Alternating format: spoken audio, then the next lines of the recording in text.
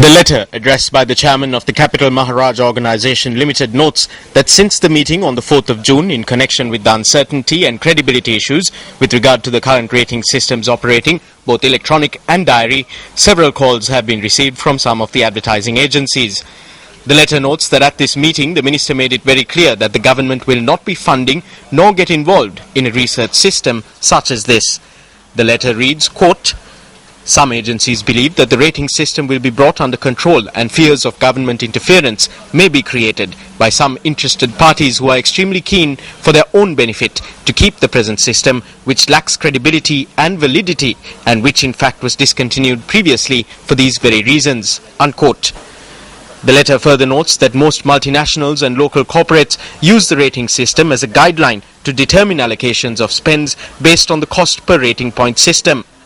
Furthermore, he emphasized, quote, "Certain incentives are being offered in the market since the rating system is now under scrutiny, which will distort the true market condition. In the interest of this growing industry, this has to stop." Unquote.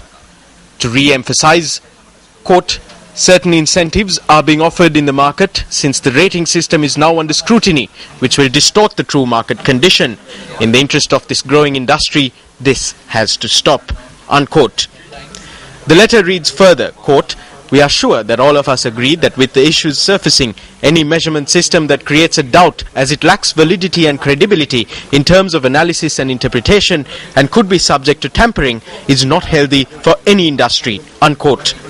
The letter reiterates that this is something that the media of the Capital Maharaj Organisation has stood by and will continue to stand by whenever any malpractices are detected, not only in this industry. He reminisces that recently even the print media detected such credibility issues on reported data and has already initiated legal action on it.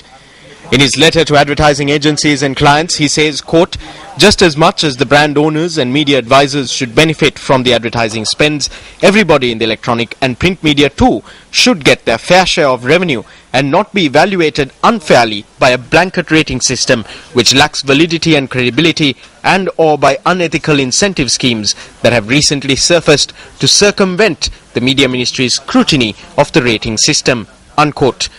He notes that it is clear that there are only one or two parties that are resorting to this unfair practice which is corrupting this system.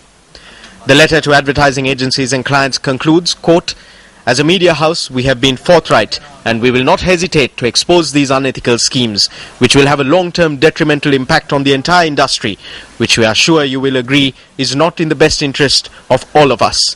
Unquote. A similar situation arose recently in the Colombo Stock Exchange. Newsfirst took steps to highlight these matters in our segment Barbarians at the CSE, as we see it as our bounden duty to expose to the public eye persons who engage in such corrupt and unethical transactions.